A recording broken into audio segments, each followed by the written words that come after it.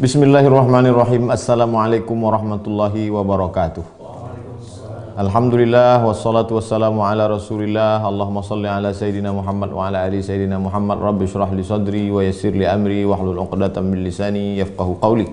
Jamaah dimanapun berada, kita lanjutkan kajian kita anak-anak tangga, stasiun-stasiun menuju Allah Subhanahu wa taala.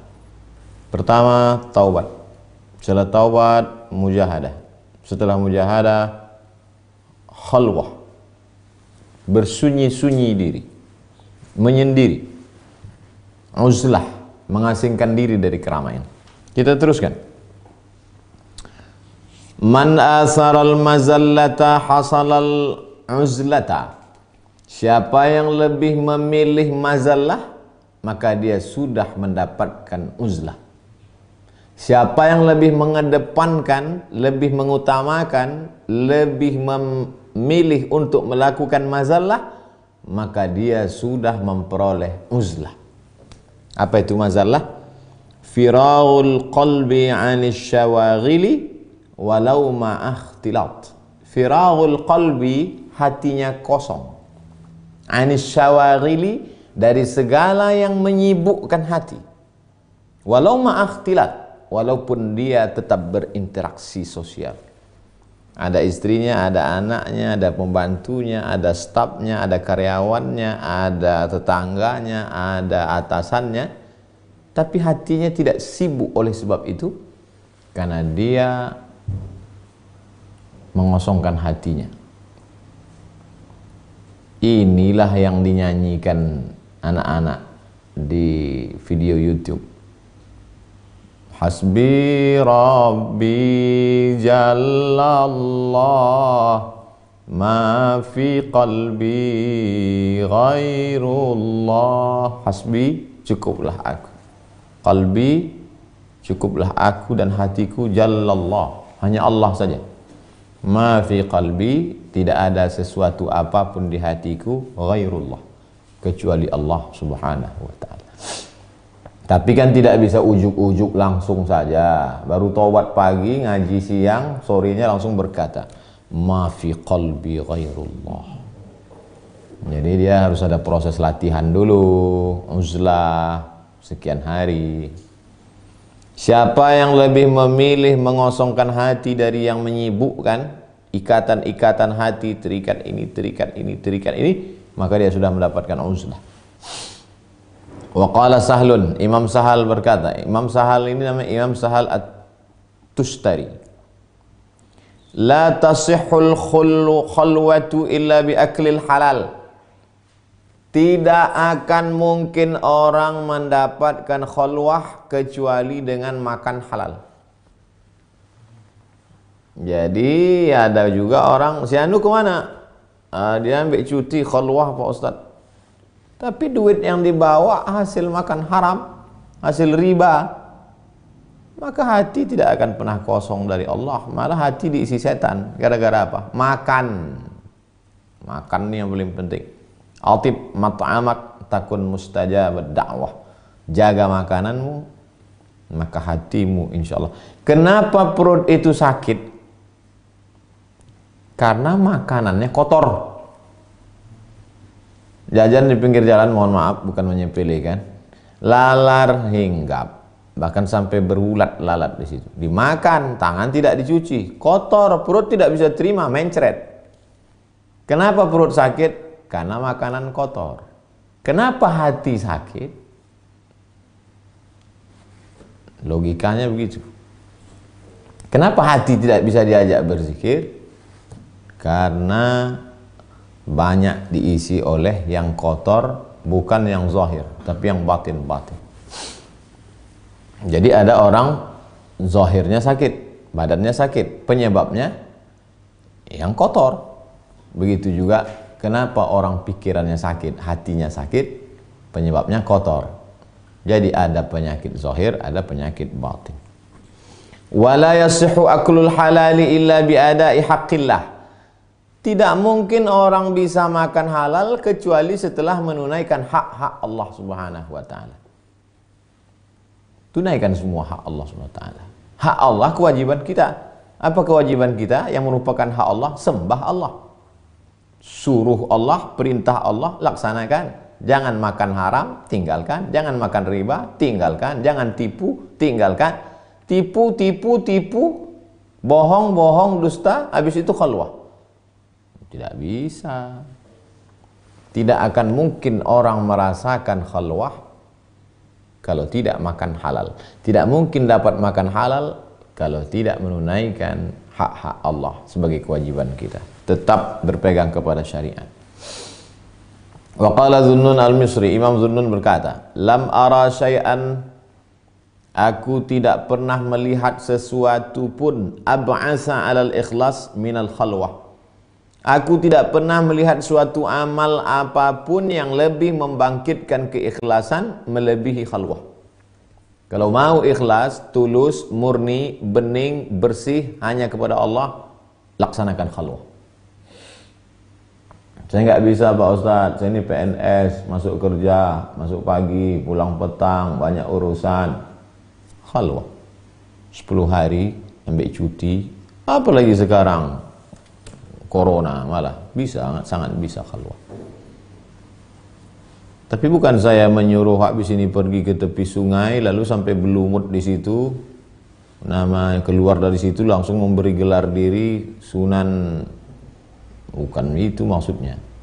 Khalwah tetap sholat, tetap zikir, tetap tidak meninggalkan syariat. Asy-syari' al-haqiqatu bila syari'atin atilah. Orang yang mengaku sudah sampai ke hakikat meninggalkan syariat, maka hampa sia-sia. Kita tetap mengikut Nabi Muhammad sallallahu alaihi wasallam. Wa qala Abu Abdillah Ar-Ramli, Imam Abu Abdillah Ar-Ramli berkata, fayumkin khadnukal khalwatu, temanmu khalwah, wa ta'amukal ju'u, makananmu lapar, wa hadithukal munajat, ceritamu doa. Siapa temanmu? Khalwah. Apa makananmu? Lapar. Apa ceritamu? Doa.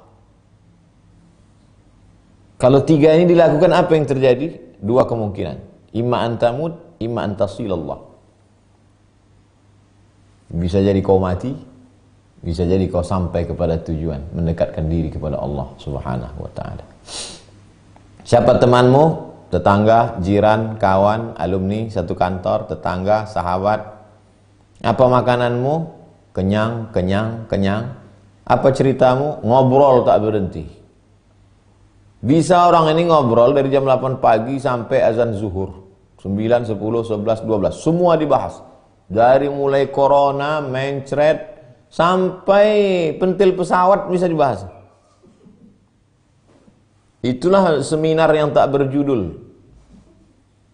Seperti debu di hembus angin, tak bermakna, tak bisa dibawa bekal menghadap Allah SWT. Siapa temanmu? Khalwah. Apa makananmu? Lapar. Apa ceritamu? Zikir dan doa. Kalau itu kau lakukan, dua. Kau mati atau kau sampai kepada Allah Subhanahu wa ta'ala. Wa qala Zunnun, Imam Zunnun al-Misri berkata, laisa man ihtajaba 'anil khalqi bil khalwah kama ihtajabat anhum billah. Orang yang menutupi dirinya dari orang lain dengan khalwah. Saya dengan jamaah, saya dengan bapak, saya dengan ibu, tidak ada dinding. Kita berteman, bersahabat, mukhalatah, berinteraksi sosial. Lalu apa yang membuat kita putus hubungan? Khalwah. Ustaz Somad di mana sekarang? Oh, dia tak bisa diganggu, dia sedang khalwah.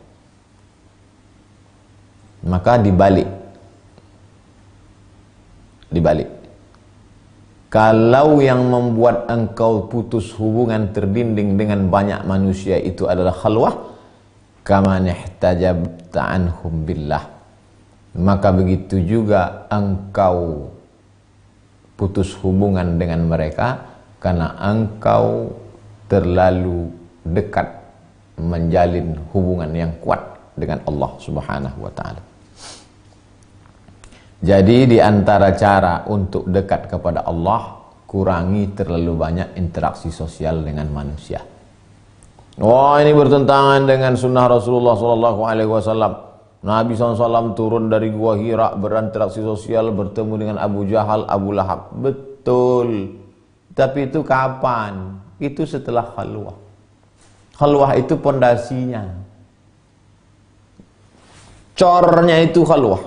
Setelah kuat, baru ada tiang, ada atap, ada kubah. Relip itu belakangan. Gak apa-apa relip. Jangan relip duluan. Finishingnya itu. Pertamanya adalah khalwah. Sami'tu Abu Abdurrahman As-Sulami berkata, aku mendengar guruku Abu Abdurrahman As-Sulami berkata, Abu Abdurrahman As-Sulami berkata, aku mendengar Abu Bakar Ar-Razi berkata, Abu Bakar Ar-Razi berkata, aku mendengar Ja'far bin Nusair berkata, Ja'far bin Nusair berkata, aku mendengar Imam Junaid berkata. Apa kata dia? Mukabadatul uzlata aisaru min madaratil khaltah. Mempertahankan, memperjuangkan, mengerahkan segenap kemampuan untuk uzlah lebih mudah daripada godaan-godaan interaksi sosial. Itulah mengapa orang uzlah. Kenapa? Karena melawan kesendirian lebih mudah daripada mengontrol diri ketika sedang berinteraksi sosial dengan orang banyak. Ngomong salah, mandang salah, dengar salah, mikir salah, renung salah, ngomong salah, dengar salah, pandang salah, mikir salah, langkah salah. Jadi kalau mau selamat, uzlah.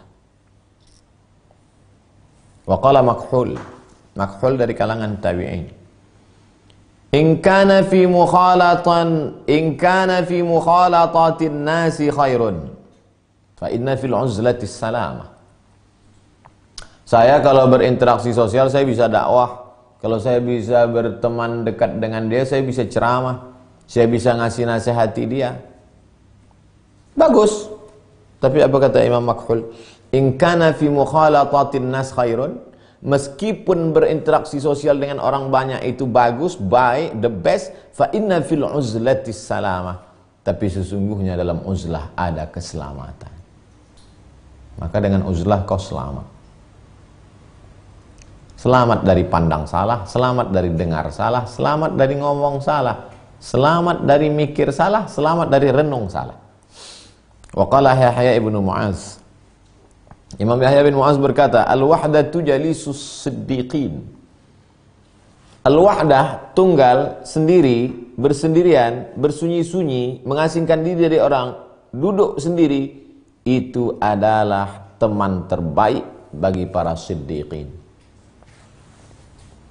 Nabiyin, siddiqin, syuhada, salihin. Syuhada, orang mati syahid. Salihin, orang soleh. Nabiyin, para nabi. Siddiqin, perempuan yang siddiqin disebut dalam Quran. Wa ummuhu siddiqah. Ibunya adalah termasuk siddiqin. Siapa itu? Maryam. Laki-laki yang siddiqin itu siapa? Abu Bakar Siddiq radhiyallahu anhu. Apa betul Maryam itu bersendirian? Allah buat skenario bagaimana supaya Maryam itu wahdah, sendirian. Meninggal ayahnya. Nama ayahnya Imran. Nama ibunya Hannah. Nama anak Maryam. Ayahnya dulu, ibunya dulu sudah bernazar. Inni nazartu laka ma fi batni muharrara. Aku bernazar anakku nanti kalau lahir aku akan jadikan dia muharrar. Kata ahli tafsir, muharrar artinya khalisan li khidmati Baitul Maqdis. Nanti kalau anakku lahir, dia tidak akan jadi petani, dia tidak akan jadi pedagang, dia tidak akan jadi peternak. Dulu profesi mereka cuma 3, petani, pedagang, peternak. Dia tidak akan jadi apa-apa, dia hanya akan menjadi khalisan li khidmati Baitul Maqdis. Dia akan menjadi pelayan Baitul Maqdis. Tidak berinteraksi sosial dengan orang banyak. Jadilah Maryam duduk di tempat bernama mihrab. Tapi di mihrab orang tetap datang, mau ngambil barokah, mau minta doa. Diposisikan Allah dia, mesti. Bagaimana caranya? Tiba-tiba saja dia hamil tanpa suami. Wow, pecah berita. Gimana anak gadis yang tinggal di mihrab bisa hamil tanpa suami? Lalu kemudian dia pun terasing di tengah keterasingan. Sampai akhirnya lahirlah anaknya itu. Makanan qasiyah, di tempat yang jauh. Isa alaihissalam. Al-wahdatu jalisus siddiqin. Bersendirian, bersendiri, bersunyi, mengasingkan diri adalah tempatnya para siddiqin. Sami'tu Syekh Abu Ali Ad-Daqqaq. Aku mendengar Syekh Abu Ali Ad-Daqqaq berkata, Syekh Abu Ali Ad-Daqqaq berkata, aku mendengar Asy-Syibli berkata, Syibli berkata, iflas, iflas, bangkrut, bankrupt, bangkrut ya nas. Lalu kemudian orang bertanya kepada Imam Syibli, wahai Imam Syibli, apa tanda orang bangkrut itu? Min alamatil iflasi al-isti'nasu bin nasi. Kata Imam Syibli, tanda orang bangkrut adalah merasa nyaman dengan berinteraksi sosial dengan orang banyak. Itulah tanda orang bangkrut. Jadi kalau ada orang nyaman, tenang, adem, ayam, tentram, duduk, nongkrong dari pagi sampai petang, sholat tinggal, Quran tinggal, cari nafkah tinggal, itulah tanda orang bangkrut. Kenapa? Karena tidak bisa dibawanya bekal menghadap Allah Subhanahu wa taala. Kiki kongko, kiki tenggelam matahari. Besok ulang lagi. Iflas, bangkrut. Wa qala Yahya bin Abi Katsir. Yahya bin Abi Katsir berkata, "Man khalatan nasa darahum wa man darahum rayahum." Siapa yang terlalu banyak berinteraksi dengan orang, bergaul dengan orang, maka dia pasti akan berkeliling. Kenal dengan si anu, berkeliling jumpa si anu, ini si anu, ini si anu, si anu. Cari informasi tentang dia, apa maklumat, ini ghibah, namimah, cerita tak tentu arah, bla bla bla bla bla bla bla. Kalau sudah begitu, pasti dia akan rayahu. Apa itu?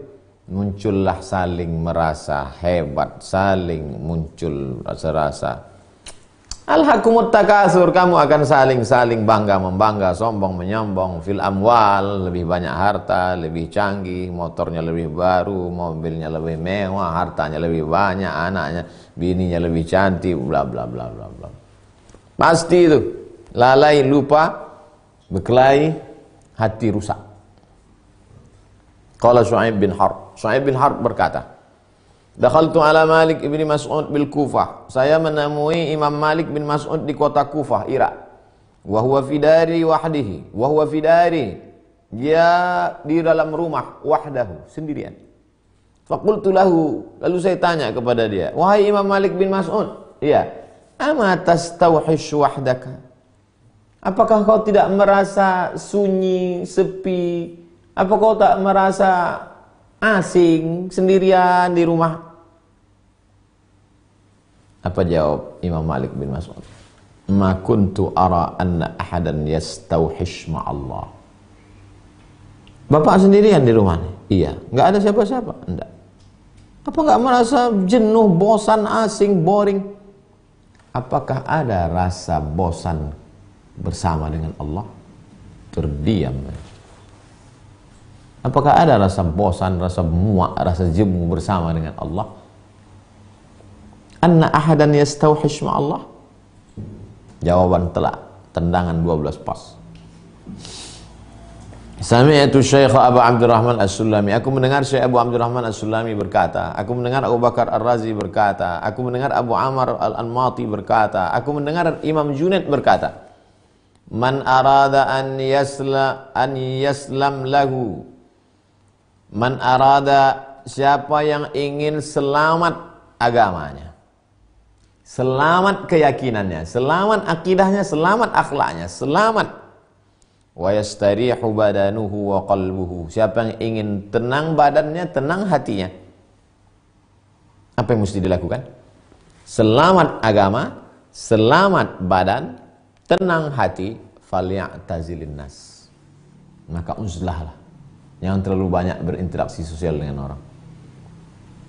Tapi jangan salah artikan lalu kita putus hubungan dengan keluarga, tetangga. Tetap say hello pagi-pagi, assalamualaikum, apa kabar, sehat, sukses selalu. Tetap ada. Jangan nanti pula gara-gara ini pakai kacamata kuda, tak pandang kiri, tak pandang kanan, ditegur orang, apa kabar Pak? Siapa yang ingin selamat akidahnya, maka hendaklah dia meninggalkan orang banyak. Ini gila pengaji ini. Fa inna hadza zaman wahsyah. Karena sesungguhnya zaman sekarang ini adalah zaman yang sangat banyak perbuatan jahat. Wal aqilu man ikhtara fihi al-wahdah. Orang yang berakal maka dia lebih memilih wahdah. Uzlah, khalwah. Uzlah, khalwah, wahdah. Wahdah sendiri. Uzlah mengasingkan diri dari orang banyak. Khalwah bersunyi-sunyi. Sami'tuhu yaqul, aku mendengar guruku berkata, dia mendengar Abu Bakar Ar-Razi berkata, Abu Bakar Ar-Razi berkata, dia mendengar Abu Ya'qub As-Susi berkata, al-infiradu la yaqwa alaihi illa al-aqwiya. Bersendiri, mengasingkan diri dari orang banyak, bersunyi-sunyi diri, hanya mendekatkan diri kepada Allah, la yaqwa alaihi illa al-aqwiya. Tidak ada yang kuat melakukan itu kecuali orang-orang yang kuat imannya. Kuat imannya, kuat ilmunya, kuat mujahadahnya, kuat taubatnya. Itulah orang yang bisa melakukan. Wali amsalina. Adapun orang-orang macam kita ini, wali amsalina, yang macam-macam level-level kelas ekonomi ini, al-ijtima, kita tetap interaksi dengan orang banyak. Aufar wa amfa, lebih mencukupi syarat dan lebih bermanfaat. Ya'malu ba'duhum ala ru'yati ba'd. Tapi kalaupun mau berteman, bersahabat, suhbah, interaksi sosial, teman-teman yang ru'yati ba'd, saling memperhatikan, saling melihat kekurangan, setelah itu saling menegur. Kalau kita berteman, bersahabat, teman kita itu menegur kekurangan kita, teruskan. Tapi kalau hanya membuat kita larut dalam silap salah dan dosa, asingkan diri. Gimana program kita beberapa hari ini? Harus ada introspeksi diri, harus ada. Kalau tidak, kita akan larut. Sekali salah, kita akan terus melakukan kekeliruan. Jadi, teman-teman yang mana? Ya'malu ba'duhum ala ru'yati ba'd. Kita saling memandang, saling melihat, saling memperhatikan, saling memberikan koreksi, dan ketika dikoreksi kita tidak marah. Karena kita tahu teman kita itu, sahabat kita adalah ingin menyelamatkan kita dari azab Allah Subhanahu wa ta'ala. Sami'tuhu yaqul, aku mendengar guruku berkata, aku mendengar Abu Utsman Sa'id bin Abi Sa'id berkata, Abu Utsman Sa'id bin Abi Sa'id berkata, aku mendengar Abul Abbas Ad-Damighani berkata, Abul Abbas Ad-Damighani berkata, Ash-Shibli memberikan pesan kepadaku. Imam Ash-Shibli memberikan pesan padaku. Apa kata dia? Ilzam al-wahdah. Konsisten, istiqamah engkau wahdah, sendirian, bersunyi-sunyi. Wamhu ismak anil qaum. Hapus namamu dari daftar nama-nama mereka. Pak Fulan, Pak Fulan, Pak Fulan, Pak Fulan, Pak Fulan, Pak Fulan. Hapus namamu di antara nama mereka. Asingkan dirimu. Wastaqbal jidar, menghadaplah ke arah kiblat. Tinggalkan teman-temanmu, hapus namamu dari daftar nama-nama mereka, menghadaplah engkau ke arah kiblat, dekatkan diri kepada Allah, perbanyak zikir, hatta tamut, sampai malaikat maut datang mencabut nyawamu. Tepat betul kajian kita ini di tengah suasana wabah corona. Mau kemana? Mau ke mall? Mau mengambil virus? Ke masjid aja kita fatwa MUI dilarang sholat Jumat karena mudaratnya lebih besar. Tidak ada cara lain, tetap di rumah, baca Quran, perbanyak sholat-sholat sunat, perbanyak zikir, Salah enggak Pak Ustadz kalau saya satu hari berzikir subhanallah 1000 kali? Subhanallah, subhanallah, subhanallah, subhanallah, subhanallah, subhanallah bihamdihi, subhanallahil azim, subhanallah bihamdihi, subhanallahil azim. Kana Abu Hurairah radhiyallahu anhu. Abu Hurairah radhiyallahu anhu sebelum tidur malam yusabbihu alfa uqdah, bertasbih 2000 simpul tali. Alfa, alf 1000, alfa 2000. Uqdah, disimpulnya tali 1, 2, 3 sampai 2000 simpul. Sebelum tidur malam dipetiknya 2000 simpul. Subhanallah, subhanallah, subhanallah, subhanallah, baru tidur. Itu dalil boleh berzikir 1000, 2000, 3000. Subhanallah 1000, alhamdulillah 1000, Allahu akbar 1000, istighfar 1000, salawat 1000, la ilaha illallah 1000. Bagus. Kita buat hitungan sendiri, kita wajibkan diri kita membuat amal itu tanpa kita wajibkan pada orang lain, tanpa kita ceritakan. Karena kalau kita zikir, berapa kau zikir? Banyaklah. Hari ini semangat, besok down. Kenapa ke down? Yalah Pak Ustadz, namanya aja lockdown. Banyak juga orang yang uzlah, tapi dia tetap mukhalatah. Ditinggalkannya mall, ditinggalkannya kantor, ditinggalkannya warung kopi, dia uzlah sendiri, menunduk, tapi tangan tak berhenti. Itu bukan uzlah. Uzlah itu memutuskan hati, tersambung hanya kepada Allah Subhanahu wa ta'ala. Wa jaa rajulun ila Syu'aib ibn Harb. Datang seorang laki-laki menjumpai Imam Syu'aib ibn Harb. Faqala lahu. Lalu Imam Syu'aib berkata kepada laki-laki itu, "Ma jaa bik? Ngapain ente datang kemari? Apa tujuanmu datang kemari?" Laki-laki itu menjawab, "Aku ma'ak. Aku ingin bersamamu." "Kamu ngapain di sini?" "Saya mau duduk bersama engkau wahai Imam Syu'aib." Apa kata Imam Syu'aib? "Ya akhi, ya akhi, innal ibadata la takunu bisyirkah." Ibadah itu bukan berdua, ibadah itu bukan bertiga, ibadah itu bukan berempat. Wa man lam yasta'nis billah lam yasta'nis bi syai'in. Siapa yang tidak merasa tenang berdua dengan Allah, maka dia tidak akan mendapatkan ketenangan dengan apapun. Apa maksudnya? Uzlah. Kau duduk sendiri, kau beribadah sendiri. Tapi jangan sampai ini dijadikan hujah untuk meninggalkan sunnah. "Pak, Bapak kenapa tidak pernah ke masjid lagi Pak? Nanti setelah berakhirnya wabah corona ini, kenapa Bapak tidak pernah ke masjid lagi?" Siapa yang tidak merasakan berdua dengan Allah, maka tidak merasakan nikmatnya beribadah. Mari kita tinggalkan masjid, sholat aja sendiri di kamar. Itu meninggalkan sunnah. Yang dimaksudnya ibadah di sini adalah zikir khusus. Tutup. Kalau mata lampu redup lebih khusyuk, duduk. Salat sunat 2 rakaat, berwudu, pejam mata atau buka mata, berzikir, rasakan manisnya munajat. La takunu bisyirkah. Bukan berdua bertiga ramai-ramai kata dia. Wa man lam yasta'nis billah. Siapa yang tidak merasakan indahnya, tenangnya, adabnya berdua dengan Allah, lam yasta'nis bi syai'. Dia tidak akan merasakan indahnya dengan apapun. Indah dengan rumah baru 1 bulan, masuk bulan kedua rupanya lebih cantik rumah orang.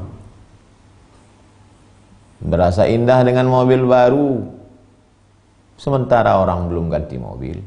Nengok orang mobil baru, mobil kita terasa lama.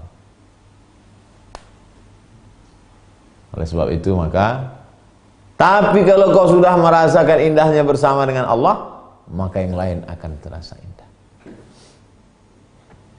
Rasakan manisnya. Kalau Allah sudah memasukkan cinta ke dalam hati seorang hamba, maka dia akan melihat dengan cinta dan orang lain pun melihat dia dengan cinta. Kalau orang sudah memasukkan kasih sayang, dimasukkan Allah ke dalam hati seorang hamba, dia melihat pun dengan kasih sayang, orang melihat dia pun dengan kasih sayang. Oh, berarti Allah belum memasukkan cinta ke dalam hati Ustaz Somad.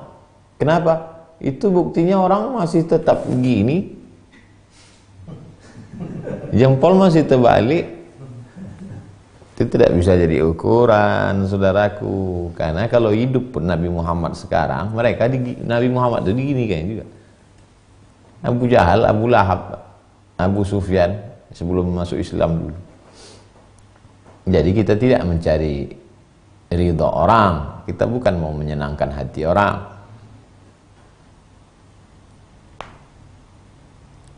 Hukiya anna ba'dahum qila lahu.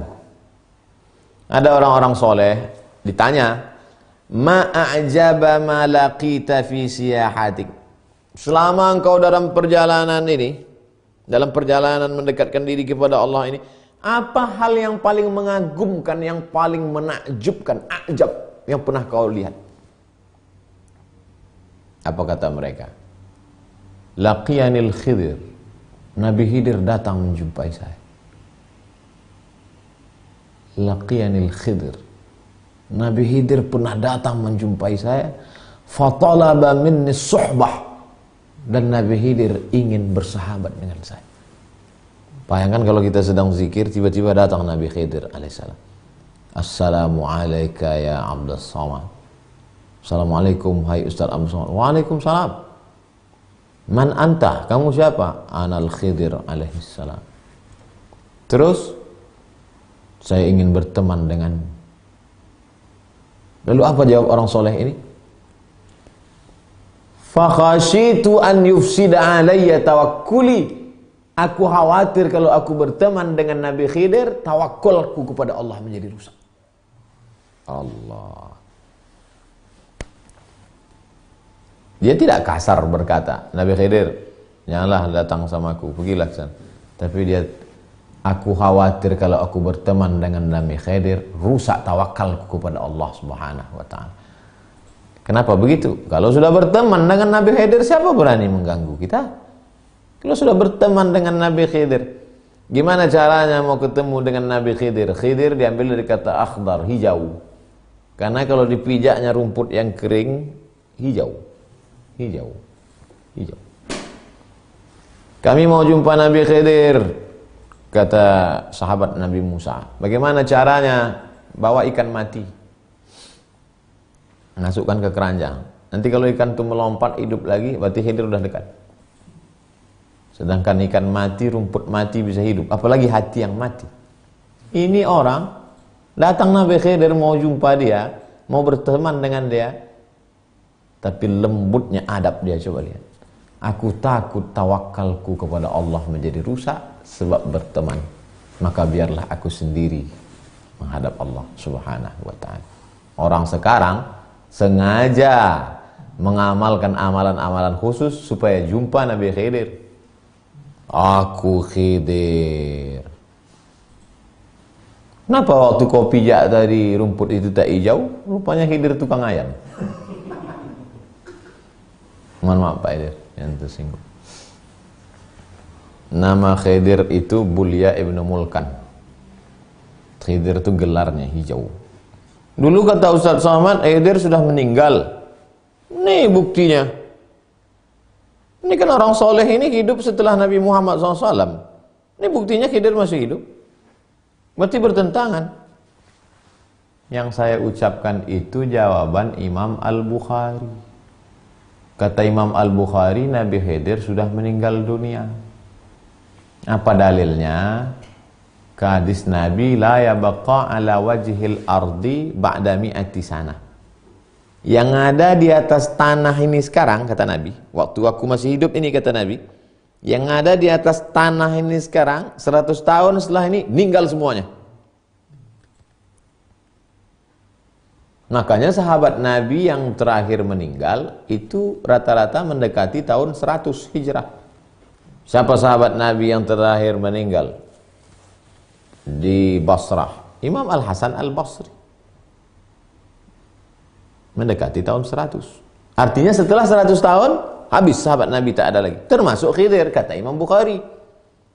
Tapi apa kata Syekh Sayyid Al-Habib Kata beliau, ketika Nabi Muhammad SAW, kata Habib Usamah Mansi, murid dari Sayyid Muhammad bin Alawi bin Abbas Al-Hasani Al-Maliki, ketika Nabi mengatakan la yabqa ala wajhil ardi, semua yang berada di atas tanah ini sekarang, nanti setelah 100 tahun mati. Tapi Nabi Khidir tak mati. Kenapa? Karena waktu Nabi berkata semua yang berada di atas tanah, waktu itu Nabi Khidir berada di atas air. Nah, itu ngasih jawaban langsung Sayyid Usamah Mansi. Haddatsana, saya dengar sendiri, bukan dari cerita, bukan dari buku, dia sendiri ngomong. Jadi masalah kematian Nabi Khidir alaihissalam adalah ikhtilaf. Substansinya bukan di situ. Jangan kita kelahi tentang masalah Nabi Khidir. Nabi Khidir meninggal, Nabi Khidir hidup tidak berpengaruh kepada iman kita. Tapi yang menjadi substansi adalah bagaimana seorang paling soleh, sebagian menyebut Nabi, sebagian menyebut wali, paling soleh, ilmunya luar biasa, sampai akhirnya berpisah dengan Musa alaihissalam. Tak sanggup aku kalau begini, kata Musa. Ketemu dia anak kecil, ditempelengnya, mati. Tiba-tiba ada perahu bagus-bagus, diambilnya kampak, dipanggilnya, perahu sini. Dekat nakoda perahu, dirusaknya perahu itu. Kata Nabi Musa, kenapa ente? Amma safinatu fakanat limasakin ya'maluna fil bahri. Adapun perahu ini adalah punya orang-orang susah di kampung sana. Wa kana wara'ahum malikun ya'khudhu kulla safinatin ghasba. Nanti di ujung sana ada raja yang jahat, yang zalim. Kalau dia lihat ada perahu bagus pasti diambil, maka aku rusak supaya perahunya tidak diambil. Oh, begitu kata Musa alaihissalam. Iya, alam aqul laka innaka lan tastati'a ma'iya sabra. Kan sudah kukatakan bolak-balik, kau enggak akan sabar berteman dengan aku, Musa.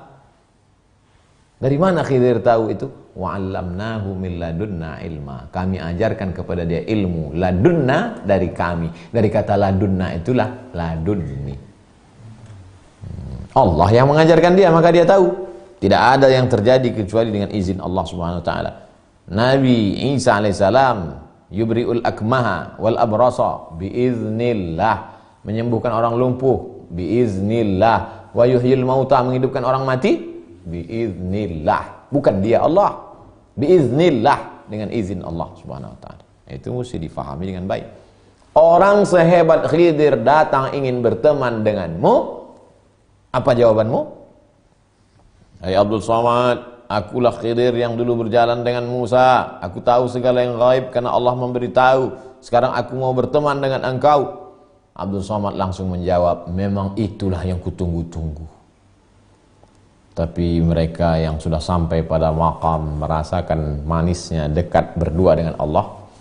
Hai Khidir, aku bukan menolak engkau, tapi aku takut kalau aku berteman dengan engkau rusak tawakalku kepada Allah Subhanahu wa ta'ala. Dulu waktu sendirian, sebelum keluar rumah, bismillahi tawakkaltu 'ala Allah la haula wala quwata illa billah. Sebelum keluar rumah, salat sunat safar 2 rakaat, sujudnya lama, tolong selamatkan ya Allah. Tapi setelah dekat dengan Pak Kapolsek, mulai doanya kurang khusyuk. Kenapa? Nanti kalau ada razia tinggal nelpon Pak Kapolsek. Baru berteman dengan Pak Kapolsek. Gimana kalau berteman dengan Nabi Khidir alaihissalam? Waqila li ba'dihim. Ada yang ngomong kepada orang-orang soleh itu. Hahuna ahadun tasta'nisu bihi. Di sini, di tempat ini kau merasa nyaman, tentram. Tempat yang jelek, buruk, dekil, nggak ada orang, sunyi, sepi. Kau merasa nyaman di sini? Orang soleh itu menjawab, na'am. Iya. Kok bisa? Madda yadahu, diambilnya mushaf, wa wada'ahu fi hijrihi, dipeluknya. Wahaza, yang membuat aku tenang, tempat ini tak ada orang mengganggu. Wahaza, dan berpegang teguh kepada kitab Allah dan sunnah Rasulullah. Apa maknanya? Ansyadu, mereka bersyair. Wa kutubuka hauli la tufariqu madja'i wa fiha shifa'un lilladhi ana katimu. Wa kutubuka hauli la tufariqu madja'i wa fiha shifa'un lilladhi ana katimu. Buku-bukumu, cerita-ceritamu di sekelilingku itu tidak bisa membuat aku meninggalkan tempatku. Apapun yang kau lakukan, apapun yang kalian buat, itu tidak akan bisa membuat aku meninggalkan tempatku ini. Kenapa? Wa fiha syifa'un lilladzi ana katib. Karena itu semua menjadi penawar luka yang aku kesembunyikan dalam diriku.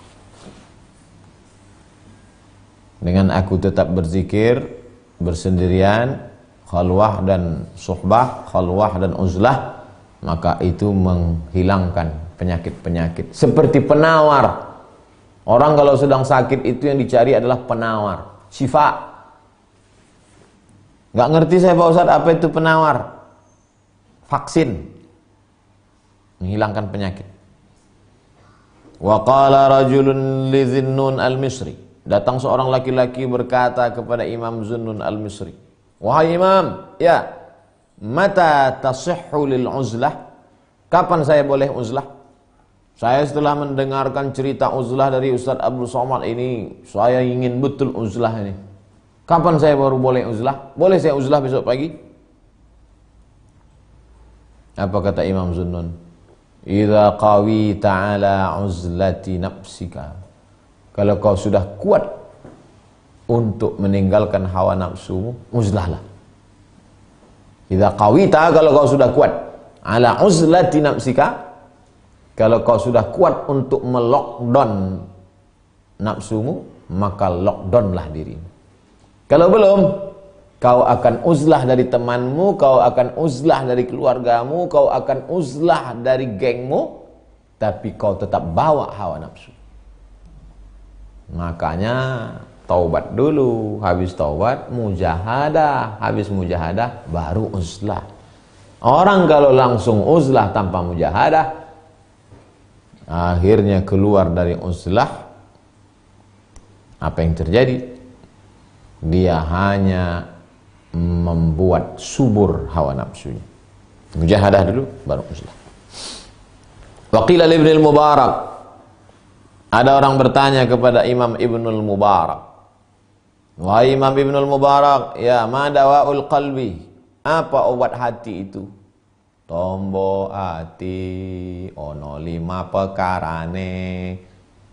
Tombo hati, dawa, obat hati itu apa? Apa kata Imam Ibnul Mubarak? Qillatul mulaqat. Qillah, dikit. Mulaqat, kepetuk, ketemu. Nas, dikit-dikit ketemu orang. Kemarin malam kita sudah belajar 3 dikit. Dikit makan, dikit ngomong, dikit tidur. Sekarang tambah satu lagi dari Imam Ibnul Mubarak, dikit ketemu orang. Alhamdulillah, saya Abdul Somad sejak tanggal 16 Maret 2020 tidak dapat hadir dalam semua acara tabligh akbar sampai waktu yang tidak diinginkan. Dikit. Tapi niat dikit-dikit ketemu orangnya bukan karena niat uzlah, tapi karena corona. Tapi untuk sebagai proses latihan nggak apa-apa. Jadi kajian kita ini saya langsung membantu ibu-ibu perawat di rumah sakit, bapak-bapak dokter yang mengikat badannya pakai kresek sampah. Sampai sholatnya mesti dijamak takdim, jamak takhir. Kasihan kita sama mereka. Mereka sudah berjuang, berjihad melawan corona ini. Kita perjuangan kita apa? Uzlah.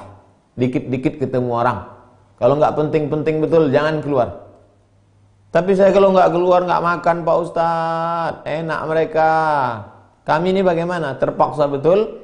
Maka jaga etika, dengarkan saran-saran dokter, tetap keluar rumah untuk cari makan. Bismillahirrahmanirrahim, la haula wala quwata illa billah.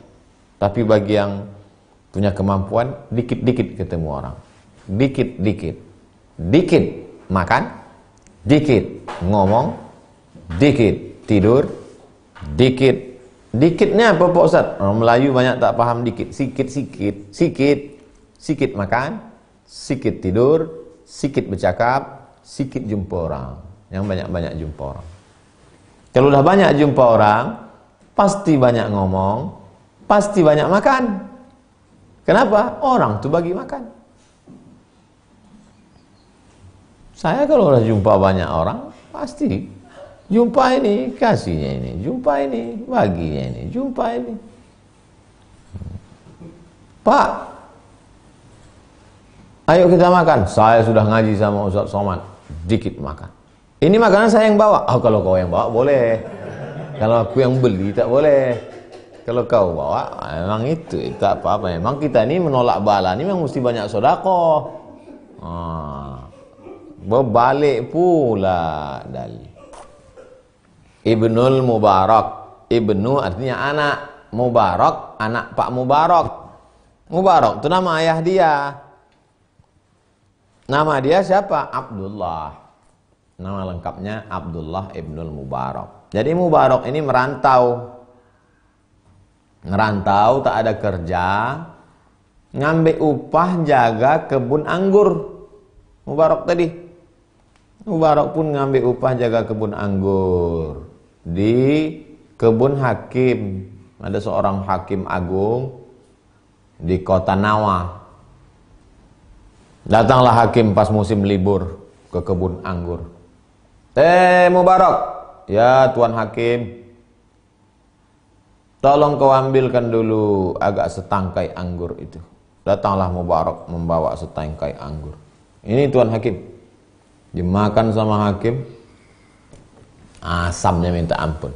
Asam kali anggur ini. Ambilkan setangkai lagi.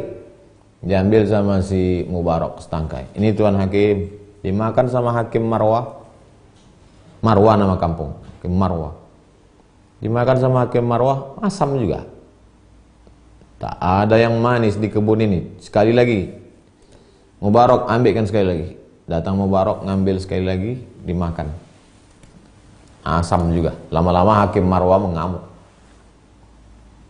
Mubarak, sudah berapa lama kau kerja menjaga kebun anggurku ini? Tak tahu kau di mana kebun, di mana pohon anggur yang manis buahnya? Kata Mubarak, Tuan menyuruh saya menjaga anggur, bukan makan anggur. Terdiam Hakim Marwah. Belum pernah aku jumpa orang macam ini. Selama ini asal kusuruh jaga anggur nih, habis begoni-goni dimakannya. Tapi yang satu ini lain. Kusuruh jaga anggur, dijaganya, tak mau dia makannya. Maka Hakim Marwah pun terkesan dengan Mubarak, dinikahkannya sama anak gadisnya. Menikah dengan anak gadisnya, lahirlah anak laki-laki soleh, alim, ahli hadis. Namanya Abdullah Ibnul Mubarak. Dari seorang Mubarak, benihnya ditanam ke tanah seorang perempuan solehah, anak Hakim Marwah yang soleh juga, lahirlah anak soleh, ahli hadis, yang zuhud, faqih, zahid, abid, bernama Abdullah Ibnul Mubarak. Abdullah bin Mubarak inilah yang mengatakan obat hati itu adalah dikit-dikit ketemu orang. Apalagi kalau ketemu orang itu naik setan kita. Ada orang, saya jauh berjalan banyak ditengok, lama hidup banyak dirasa, macam-macam orang udah jumpa saya. Ada jenis orang ini, kalau kita duduk sama dia, sesak jantung kita. Kita naik kap 70, dia naik, sesak napas kita. Cerita ini tinggi aja, kencang aja. Saya kalau udah gitu, belok kanan saya langsung. Kau jalanlah dulu aku. Ada pula jenis orang ini, 5 menit itu aja yang betul ceritanya. Masuk menit ke-6 tak kemana-mana. Nah, jadi betul kata Abdullah ibn Mubarak. Kalau mau sehat hatimu, qillatul mulaqah linnas. Dikit-dikit aja jumpa orang. Tak usah banyak-banyak kali jumpa orang. Kalau kau punya kawan, dengan dekat dengan dia kau ingat Allah, dengan jalan sama dia kau makin cinta Nabi, dengan bersahabat dengan dia terasa kau bersahabat dengan Rasulullah, pertahankan. Walaupun tak banyak, satu orang jaga dia sampai mati. Tapi kalau orang itu hanya menyusahkan hatimu, tak usahlah. Waqilah. Terakhir, last. Idza aradallahu an yunqilal abda min zillil ma'siyati ila izzit ta'ah. Zillil ma'siyah, rendahnya, hinanya dosa.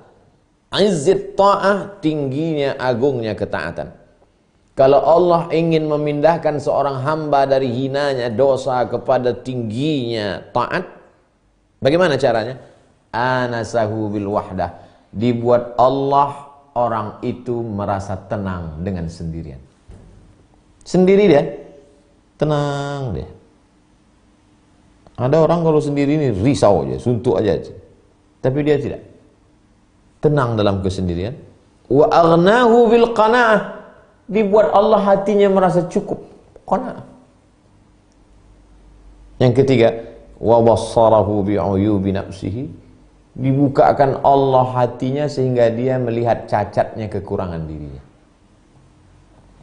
Faman a'ta dzalika, siapa yang diberikan Allah 3 ini, faqad u'tiya khairud dunya wal akhirah. Maka orang itu sudah mendapatkan kebaikan dunia dan di akhirat. Kalau engkau merasa tenang dalam kesendirian, hatimu merasa cukup dengan qanaah, dan kau selalu memikirkan kekurangan, kecacatan dirimu, sesungguhnya Allah sedang memindahkan engkau dari hinanya maksiat kepada mulianya taat.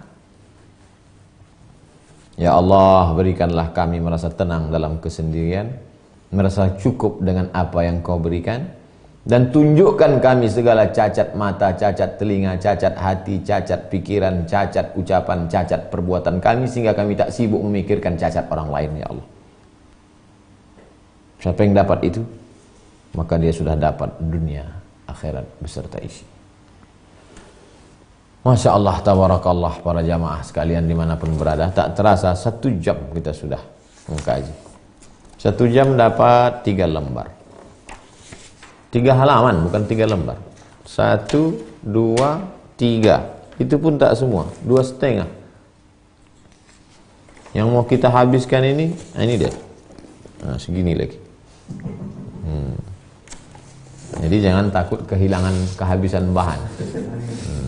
Asal jangan kehabisan paket aja lah. Habis akal tak mungkin habis haka. Habis haka minum ayaka.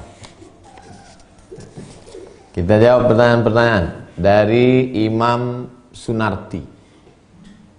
Assalamualaikum Ustaz. Waalaikumsalam warahmatullahi wabarakatuh. Apa boleh saya beli 2 ekor kambing untuk kedua anak laki-laki saya? Jaraknya beda 3 tahun. Dulu saat bayi belum sempat diakikahkan. Saya berpegang pada mazhab Syafi'i.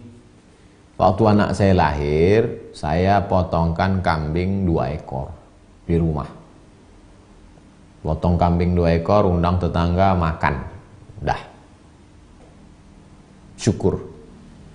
Sunnahnya begitu. Tapi dalam fikih sunnah Said Sabiq, katanya 1 ekor untuk anak laki-laki cukup. Nampaknya Imam Sunarti entah bertanya, entah mau nawar ini. Tapi yang jelas saya tak memaksakan mazhab Syafi'i yang saya pakai. Kalau antum mau ikut fikih sunnah Said Sabiq 1 ekor cukup, berarti 2 anak laki-laki ini cukup 2 ekor. Jadi dalam fikih Said Sabiq itu 1 ekor cukup, 2 ekor afdal. Sedangkan saya pakai mazhab Syafi'i 2 ekor. Jadi tidak ada ikhtilaf, tidak ada satu qaul dalam masalah ini. Kalau pakai, tapi menurut saya kalau mampu buatlah 2 ekor.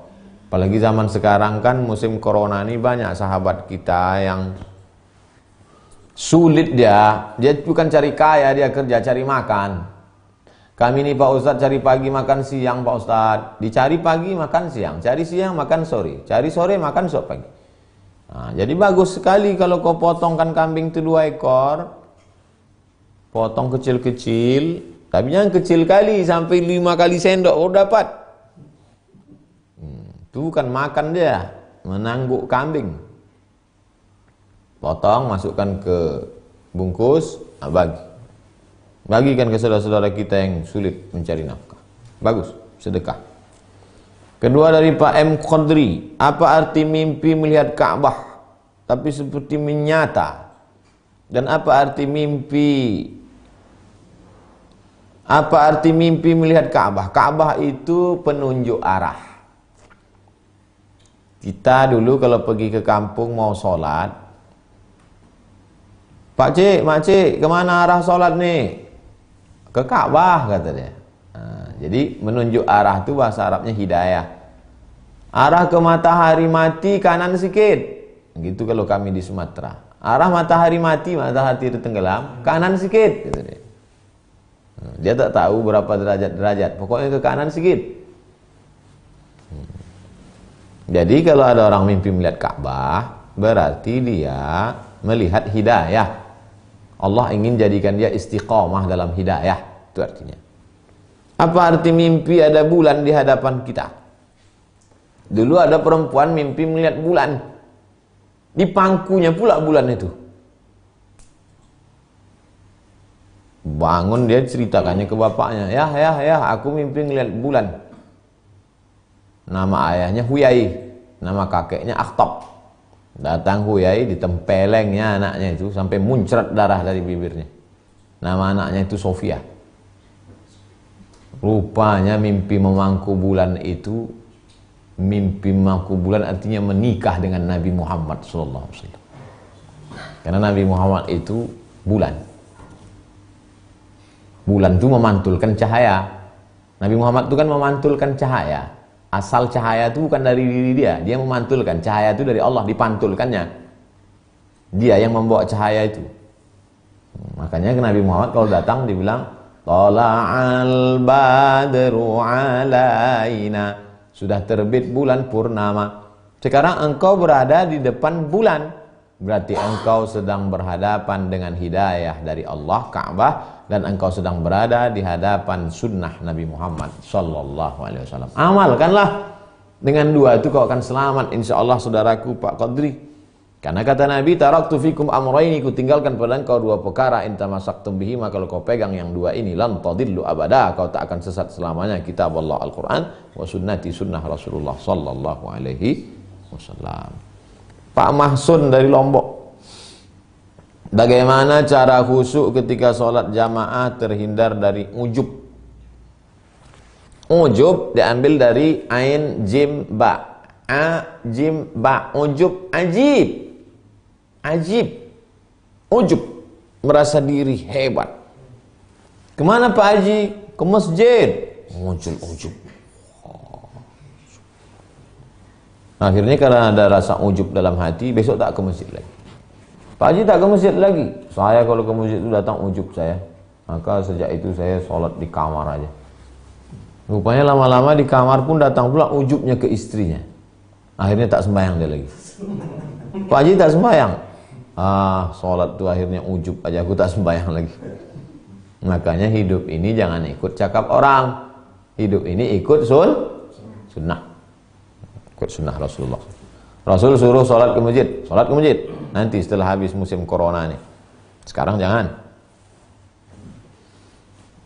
Jadi kalau kita sedang melaksanakan sunnah datang ujub, lawan ujub itu. Dengan apa? Di mana letak ujub itu? Dalam hati. Ujub itu keraknya hati. Riya itu keraknya. Bagaimana cara menghilangkan keraknya? Kerak besi itu namanya karat. Sokal. Kerak. Bagaimana cara menghilangkannya? Bizikri. Dengan zikir.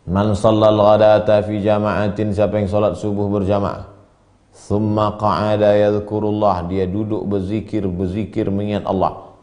Sampai kapan? Hatta tatlu asyam, sampai terbit matahari. Sekarang kami di Riau, Pulau Sumatera, terbit matahari sekarang pukul 6.30. Salat subuh jam 5. Jadi kalau salat subuh jam 5, selesai subuh jam 5.10, kau duduk sampai terbit matahari 6.30. Sejam setengah duduk. Habis itu beraktivitas. Yang punya kebun pergi ke kebun, yang punya toko pergi ke toko, yang ke kantor tak bisa masuk karena larangan sekarang. Berhentikah berzikir? Tetap zikir.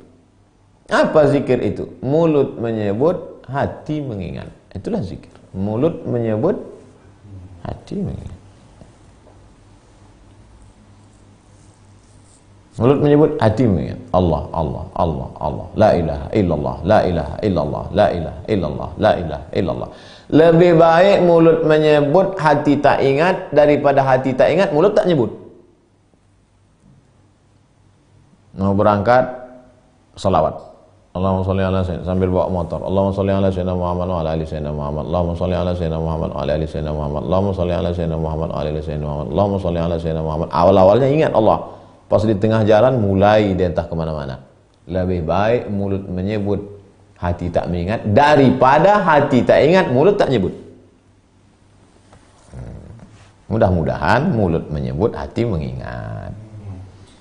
Terakhir Pak Satria, saya kerja sebagai kuli. Allah, dipegang Nabi tangan seorang, kasar tangan itu. Ditanya Nabi, apa kerjamu? Mengumpulkan kayu bakar ya Rasulullah. Dicium Nabi tangan itu. Kenapa? Tangan inilah yang selamat dari api neraka jahanam. Karena mengumpulkan kayu bakar, diikat mencari ridha Allah demi mencari makan halal anak istri. Daripada tanganmu halus-halus sutra, karena memang kerjamu tak berat kali, cuma tanda tangan aja. Haram, haram, haram, kan haram.